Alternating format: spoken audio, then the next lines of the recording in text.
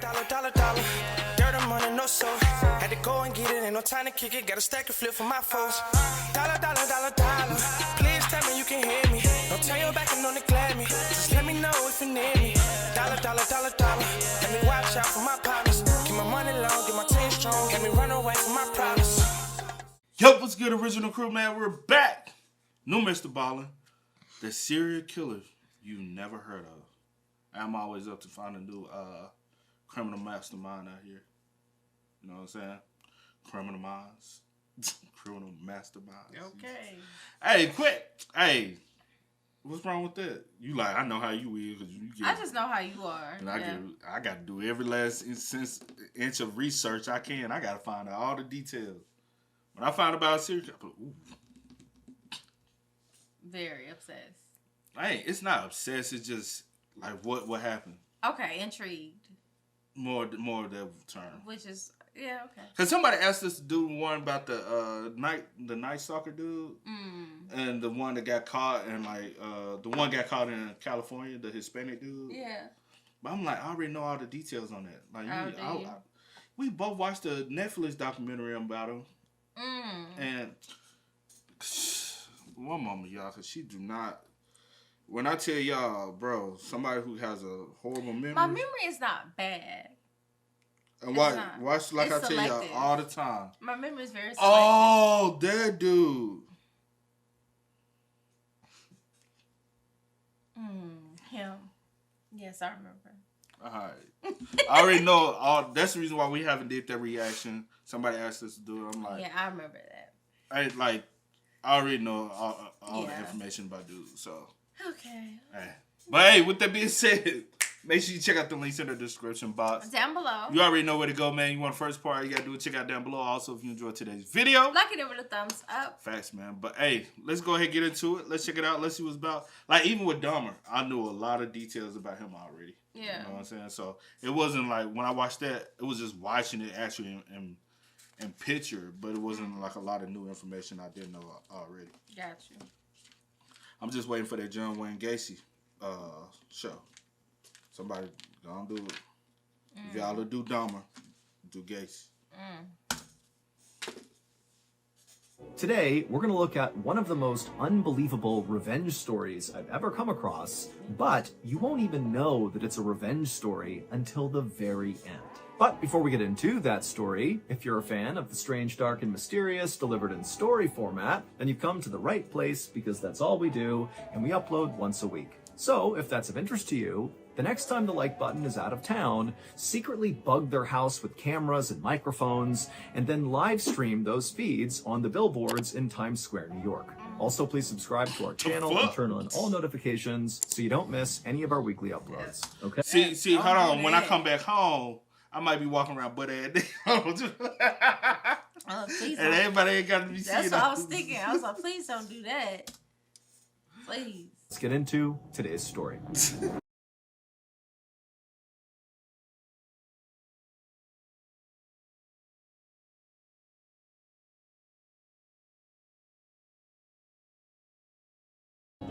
In the early evening of May 7th, 2008, a 65-year-old woman named Zana Temolkoska walked around her kitchen inside of her apartment in the little southeastern European city of Kisevo.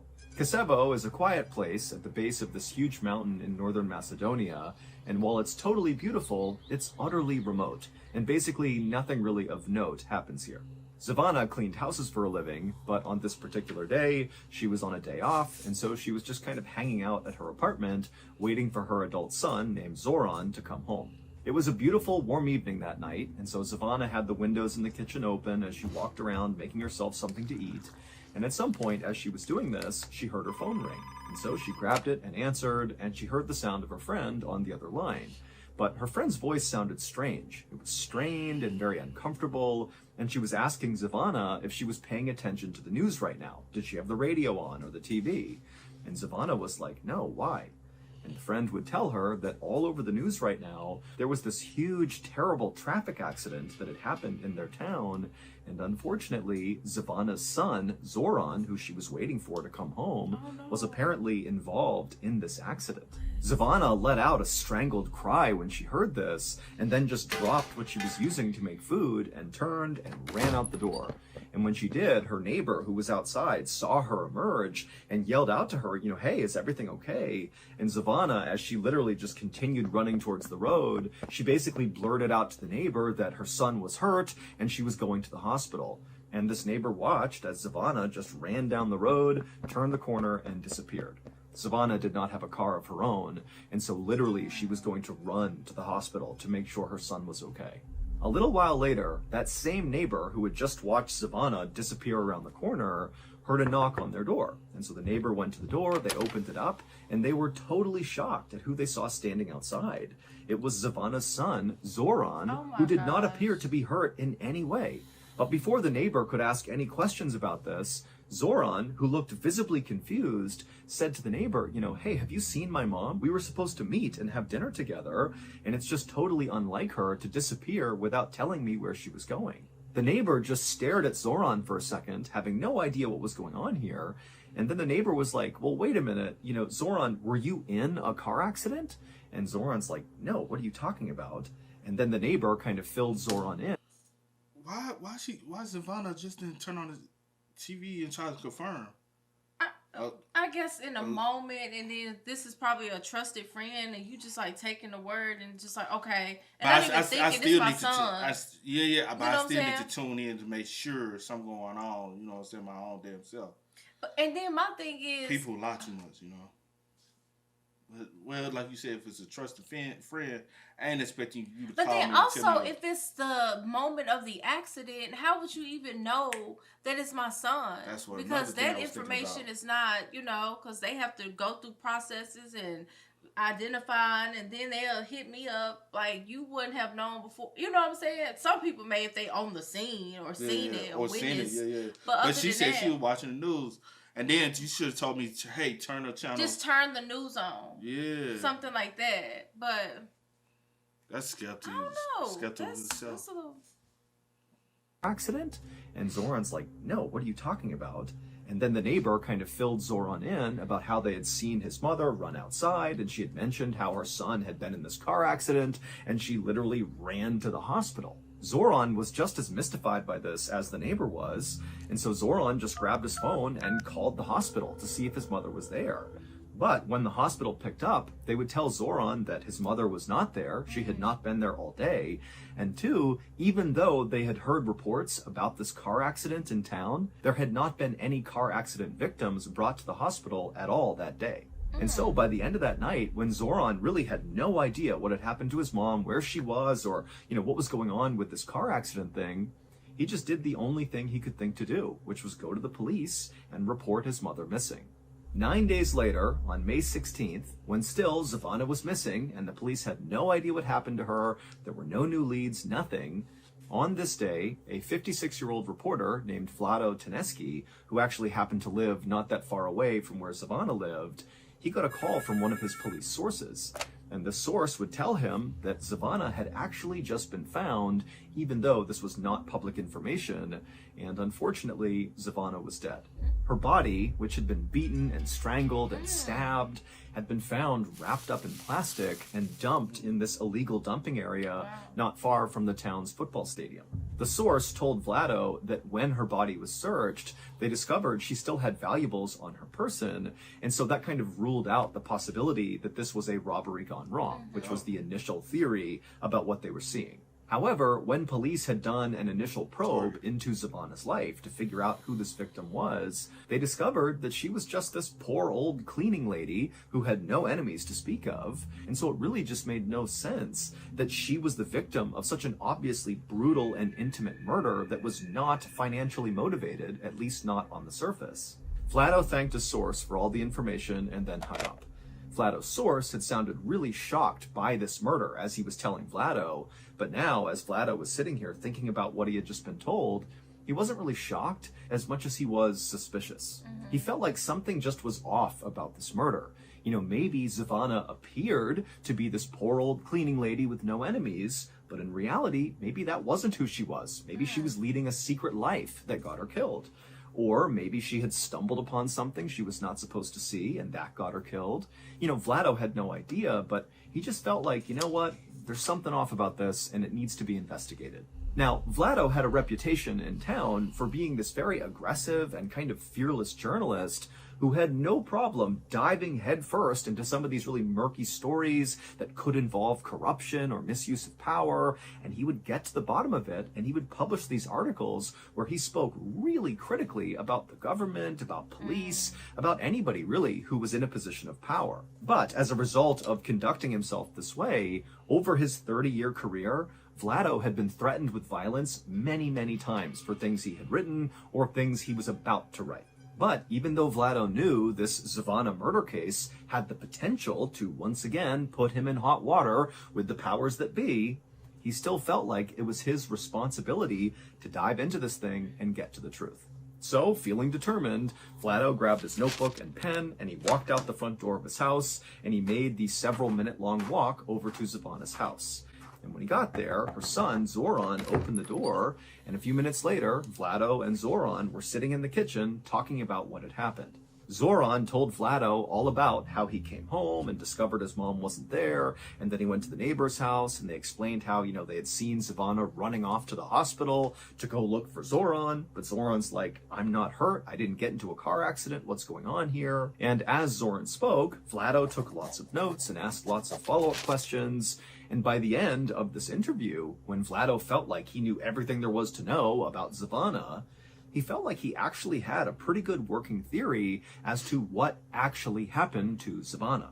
And the reason he felt like his theory could be accurate had to do with what Zoran told Vlado his mother did for a living, that she was a cleaning lady. Now, it took Vlado a couple of days to put... You think she cleaned for some rich people or somebody, because typically, What type of cleaning lady? What am I cleaning?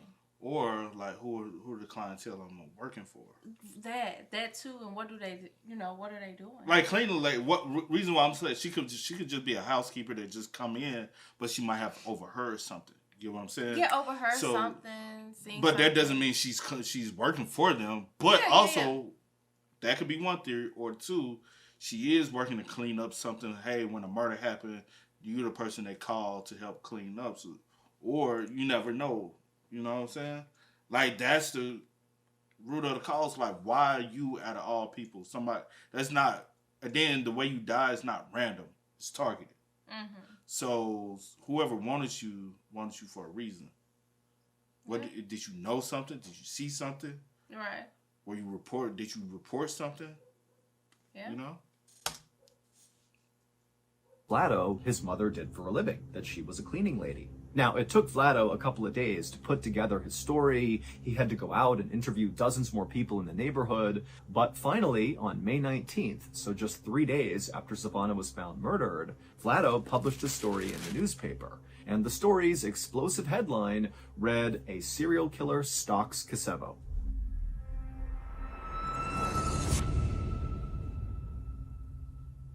In the story, Vlado says that Zana's murder was very likely not an isolated killing.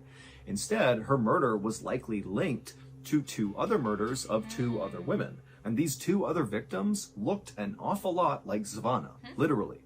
They were poor, older women who were also cleaning ladies. And so that was why when Vlado was talking to Zoran, and Zoran described how his mother was, what she did for work, what she looked like, that Vlado started to remember these other victims, and he put it all together.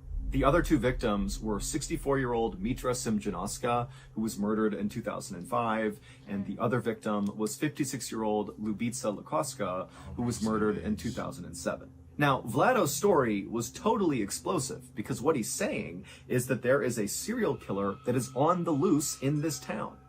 But this story was also highly explosive because Vlado spoke very critically about the police who were involved in this investigation. Specifically, he pointed out that the 05 and 07 murders of those 2 other women, those had been totally mishandled because arrests had been made in at least one of those cases, and clearly whoever they arrested was innocent here. And so the police just totally dropped the ball, at least in Vlado's opinion. And when the police read Vlado's story, they were very upset at him because he was so critical of them. However, the police also did see that Vlado had managed to uncover a lot of new details from all of his interviews with witnesses and people in the neighborhood that did seem to paint a picture of this potentially really being a serial killer, not individual isolated killings. And so the police, based on Vlado's story, would actually begin investigating a serial killer in their midst. They linked all 3 murders and they began basically a new investigation. However, at the same time they began this new investigation, Vlado began to notice that he was being tailed all the time by police. He would be out in town doing his job, reporting and interviewing people, and there'd just be a police officer standing somewhere in the distance watching him. But Vlado had anticipated that no matter what, he was likely going to face some sort of blowback from the police.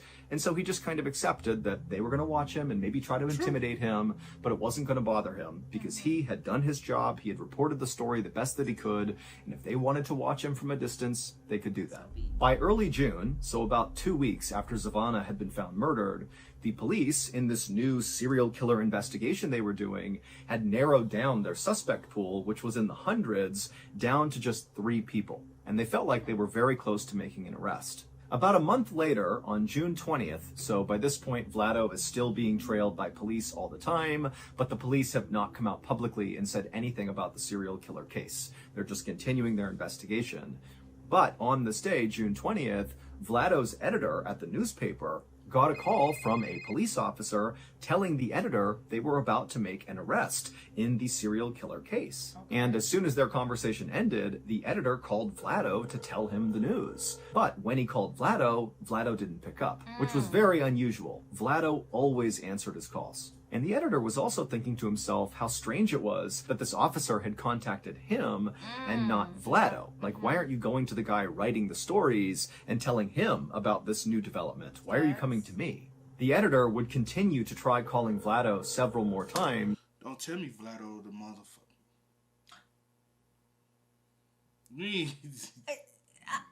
Dang, cross your mind. I wasn't going there at first. I was like, oh, dang. They done did something to him because, oh, shoot. What? And that's why he's mad. Also, serial killers like to be braggadocious. Shut up. But I'm not saying that's him. Stuff like that, that would blow my mind if so. That would blow my mind. Can't be. Why are you coming to me? The editor would continue to try calling Vlado several more times, but Vlado never answered. And so ultimately, the editor just kind of assumed that Vlado must be busy, interviewing someone, or maybe more likely, he had already learned about this imminent arrest, and he was on scene, ready to capture in real time this arrest that was about to take place. Meanwhile, on a quiet street in Kosovo, the police had surrounded this very modest 2-story home that was very overgrown out front. It was surrounded by tall fir trees, and all the windows had heavy drapes covering them up. And then once the police felt like they had totally surrounded this building, a team of officers walked up onto the porch and knocked on the door and yelled out that they were police and whoever was inside to come out with their hands up. And for a moment, it was just totally silent and tense. And then the police on the porch heard footsteps inside the house. They had their guns ready to go. And then the door slowly opened up. And this man, who seemed very unthreatening and kind of confused, stepped out onto the porch. And the police immediately arrested him and took him away. A few minutes later, back at the newspaper headquarters, Vlado's editor got another phone call. And when he answered, it was the same police officer who had called before to warn him about this upcoming arrest. Except this time, the officer was calling to say the arrest had been made, they had caught their serial killer, and then he told the editor the name of the person they arrested. And when the editor heard the name, he dropped the phone in shock. The serial killer was Vlado. It would turn out that Vlado appeared very professional and calm on the outside, but inside, he was full of rage, specifically at his mother, who he viewed as this terrible, cruel person. Wow. And after she died in 2002, Vlado became obsessed with this idea of getting revenge on his deceased mother. Wow. And the way he decided he would do that would be by killing random women who just kind of looked and seemed an awful lot like his mother. i.e., they were poor, older, and cleaning ladies. His 3 victims, Mitra in 2005, Lubitsa in 2007, and Zana in 2008, had all personally known Vlado's mother. Wow. And so Vlado had actually used that connection to gain each of his victims' trust. That's wow. You have to be kidding That's the me. plot twist, bro. That's the boom. He knew all the victims. And then, bro, and then I got a lot to say at the end. Yeah. Go ahead. And then once he had their trust, he would lure them away to strangle, stab, and beat them to death. In Vlado's explosive newspaper story, he lied about a whole bunch of things just to throw the police off. Like, for example, he made up that he spoke to a witness who claimed to have seen Zana get into a car with 2 men right before she vanished. Vlado did not see that. That was just a total lie designed to confuse the police. Vlado had also been the one to plant that story on the radio about Zana's son, Zoran, being in this terrible accident. You know, that had caused Zana to run out of her house and be vulnerable to be scooped up and killed, which is exactly what Vlado wanted. He had called the radio station and told them about this accident, and because he had previously worked for that radio station, they believed him without doing any fact-checking and broadcast the story. And so really that whole radio broadcast was just a very intentional trap by Vlado to kill Zana. But what ultimately got Vlado caught was in the article he wrote, he left in some really specific details that the police had not revealed to the public. And so basically by including these in the story, it meant Vlado had an inside scoop into what was really going on. Like, for example, Vlado said that all 3 of these women who had been killed by the serial killer had been strangled to death by telephone cords that were left at the scene. But again, the police had not revealed that to the public, and so when they read the story, they actually became very suspicious of Vlado and thought he could be involved in these murders. And so when Vlado felt like the police were trailing him just to intimidate him, in reality, the police were trailing Vlado because they thought he could be the murderer. And eventually, when they got a DNA sample from Vlado, it was confirmed that their suspicions were right. He was the killer. After Vlado's arrest, he was immediately charged with 2 of the 3 murders, and the police were getting ready to charge him with the 3rd, and they were even looking at a 4th victim, potentially, that maybe Vlado had killed as well, but they weren't entirely sure yet. But on June 23rd, so just 3 days after Vlado's arrest, he died in jail in a way that really didn't make any sense. Vlado had drowned in a small bucket of water inside of his jail cell, while there were 3 other people inside of that jail cell with him who all said they didn't notice it happening. Officially, Vlado's death was ruled a suicide, and after his death, all of the murder investigations were closed. Wow.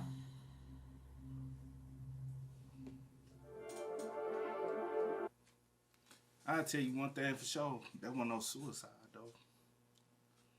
So you got to think about a lot of cultures like that.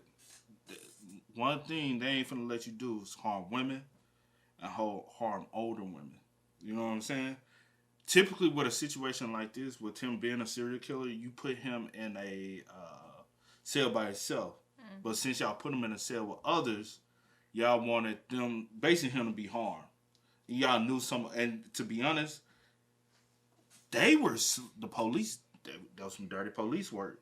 They wanted him. You know what I'm saying? But we don't know that. Come on now, like let's peep this. You targeted and antagonized the police by making a story, then trying to make a mockery of them. Then you kept attacking them. About that part. Then okay, well, and then they're like, oh, okay. Then you done killed all these folks, and now we done figured out you are the serial killer. Innocent. Yeah, women. You go in there and let's see how you can handle yourself in prison. What are we doing? Innocent older women who are vulnerable. And let me tell you how vulnerable they are. He attacked Zana at a vulnerable state. Yeah. 9 times out of 10, she came out the house running full speed. She's already in panic. And you already knew what direction 9 times out of 10 she was gonna go. So you pulled up. 9 times out of 10, you pulled up beside her in your car. Hey, you what's going on? She already know you. Do you need a ride? She gonna easily get in the car with you. Mm-hmm. That's to get her out the house, away from people, and she won't be seen. Yeah. So you knew where to pick her up from. Just think. And her vulnerable already panicking because she believes something has happened to her son. You know she was going to, you know what I'm saying? She's weak right now. And she's at one of her weakest points. Yeah. And you can prance on her anytime. You ain't see that coming, though? You ain't see that coming? I mean, not that I didn't see it coming. I just wasn't thinking about it. But I know that it's a possibility. Because normally with situations like this, especially, I don't know, like, if I knew, like, details as far as, like, him putting, like, certain things, you know, of course, you're not going to tell me that, then I'm going to know, you know, so you hold that to the end. But I'm like, those little bitty details, I'm just like, yeah, you gave it away. You gave yourself up. I knew it was Vlado when they called the editor. I'm like, wow, like no, Ballen said. With that, at that point, yeah, that's kind of like. When I said he was like, you going there? I'm like, well, it wasn't that he was going. I was like, oh, dang, yeah, you're right. Yeah. Most definitely, because why would I call you when he's the point of contact for whatever? He's the writer. He's a journalist. So why? I'm not calling the editor. I'm calling the journalist. Yeah, you will be the second point of contact if I can't get in contact with him. But why would I be? Yeah, and then I kind of should have known when they was telling him, but I thought maybe they was telling him to kind of like be like this intimidating type of thing because he wrote the article about, you know. Yeah. But then I'm like, well, then I feel like, you know, he could report, you know, at that point, you know. I don't know. I should have known then when he said that they was like trailing him and like, you know, whatever. But I didn't think about it in also, that way. when he said that, I was thinking like in some cultures, when you go at the police are very petty. Even here. That's what I said. Yeah. You know what I'm saying? So I'm thinking they just being petty. So my mind went there, like, okay, they just like trying to have this intimidating factor, like, oh, okay, well, we're gonna make sure you see me, see you, like type of thing. But that's what my mind didn't go there then. And then also peep this. This how you know he was a sick individual. The fact that you go talk to Zoran, the son, you go talk to Zoran about the case. Like, what did your mother? Like, come on, you like. But that's and you finding out details with that. You trying to find out details. You trying to see what the police told you. Have they told you anything? What information do you know that I may not have? You know, so that he can tidy up his ends or whatever the case may be. And then one thing with serial killers, though, they never like people to be. They never like another person to be like given credit for the things that they do. Mm-hmm. They like, so if y'all arrest somebody for a murder that I committed, they be pissed and hot. Cause it's something about their cockiness and ego. The average person out here in the world be like, okay, you got that person for it. Cool. I'm not going to jail for it. Y'all already got y'all person. But a serial killer, they have an ego and they be like, you know, this motherfucker ain't getting credit for my murder. That's mine. That's my body. Yeah. And then, to be honest, he probably killed somebody. Also, I would want to know the details, like, in what month are these killings happening? Because they started right after his mom died. His mom died in 2002. The first I doubt the first victims is in 2005. If there's possibly more victims, he was killing them every year. I wonder what time, because was it around your mom's birthday? Was it a birthday, a death day, or some other special date that y'all commemorated associated with her? And I'm trying to figure out, like, why did you hate your mom so much? Like, what was it that your mom did, or you felt like she did, or whatever the case may be, for you to have this hatred towards her, even after death, to take it out on innocent people that resemble her? Well, no, they were not even just resemble her. They also were associates. They were also associates with his mom. I got that part, but just the fact that, but it was mainly women that, I'm pretty sure there was many other cleaning women, but these women put you in the mind of your mom in some type of way, even if maybe. Well, I don't think that. I think it's because they were closely associated with her, and he already knew who they were, and probably already knew their background. I think the reason why he targeted these women was simply because they were easy. He knew them already previously before his mom's death, and he knew how easy it would be to get them. Mm-hmm. I really think that's what it was. I don't think it was like. Well, whatever it was, my thing is, I just want to know what you feel like your mom did, or what did she do for you to hate her so much to take it out on innocent people, regardless of the fact I just want to know, like, we'll never get those answers because never. Unfortunately, dead and gone. True that too. It's just a coward move. Like when it's all said and done. Well, if you feel no, I'm saying like him, like, hey, go, like, you are like something is. You are deceased now, but something at the end of the day was internally wrong with you and had you so effed up. Obviously, you were successful in life. You are successful. There is no reason why you should be like, okay, you have a problem with your mom. A lot of people got problems with their parents. You, some kind of way you found them within yourself to become successful. Move the fuck on. Go get therapy if you're dealing with it like that. Yeah. Like, go seek some help. Your help is not taking somebody else's life that haven't done shit to you. Yeah.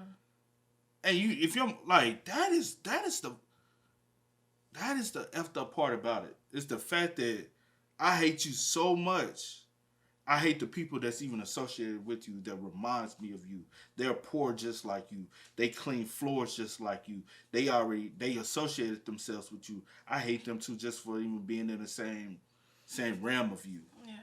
That is crazy because another thing that stood out to me, they all were the same age. Mm-hmm. So my thing is, what was your mom's age? How old were your mom? Or did they was in a point in life that you were like, yeah, I remember my mom when she was in that point. You know what I'm saying? Because he was 56 himself. And the other ones were in their 50s. So I'm like, y'all all this, you know? Yeah. That's weird, man. That's crazy, yeah. So sad, man. Because think about Zoran after finding out. This man came in my mom's house 9 days later trying to ask for information. And then talking about he received a call about the body. Mm-hmm. You remember he received a call 9 days that, hey, he had a source that told him they had found. You knew where the body was. You were just waiting for them to say where the body was. Then right after that, you go to my mom's house to talk to me about my mom's death, and you the person? And you're the person behind it. Man. Yeah, that's some sick shit. And you see how easily you went out? Look like you ain't go out with no fight for them to rule self, you know what I'm saying? You ain't fight back. Seems like. Because if you, I doubt you just drowned in a little bucket. Somebody had to, you know. Yeah. If that, yeah. Bro, you know, you gotta bucket, that little ass bucket, you ain't finna. That bucket too little, bro. My head ain't going. We spilling water all over the floor. We finna get up and slip and slide it. You know what I'm saying? Bobbing and weaving. What you want to do? You know what I'm saying? Yeah. We finna duke this thing. We gonna you sliding now, bitch. There was water on the floor. I'm talking about slip and slide. Yeah, I know. But I ain't going to. I don't know, child. But they said that was a setup, though. His death was a setup. They planned that for you. And then to put it like, to me, that still come off as bragging about it, to be able to put it in the newspaper, write about it, and then tell details. That's not out there to the public. That's bragging. That's bragging. Like, I got this information because you know the information because you're the one behind it. Damn, and then you strangle them with the fucking telephone cord. That's one of the worst ways. That's a horrible way to go out. And then they say he beat him too. So she was. And how I'm pretty sure. Maybe they didn't even look at the fact that it was a serial killer. He the one who said it was a serial killer. He put that in the. Because he knew he was the one behind all these serial. And then, like even in the newspaper, he said they arrested one person for this murder, but they arrested the wrong person. He know y'all arrested the wrong person because he's the person. Also, my thing is, you've never, like, this is your first time coming out with all of this information. At this point, were you like, I want to get caught? Doubt it. Because now, years later, I'm not about to give all these details for everything to point back to me unless you just felt like you could outsmart the police. Unless you just felt like they were just most incompetent of doing their job, and you was just like, they will never look at me. Because that's kind of what he did. What you saying is right. He kind of was like, y'all are incompetent of doing your job because y'all arrested the y'all already dropped the ball. Yeah. So yeah. What you just said is weird, true though. But yeah. But hey, man, y'all spam us up in the comments, man. Y'all let us know your thoughts about it. Rest in peace to all. Yeah. Every single one of the victims. Possibly 4. Possibly 4, if not more. I really wonder how his mom passed in. Yeah. That now I want more details about his mom death. Yeah. Cause who knows, he could have. And that wasn't enough for him. But we don't know if it was because he didn't say. He didn't say, like, but I'm saying, causes. But it could have been reported as natural causes, but he could have also done something, so we don't know.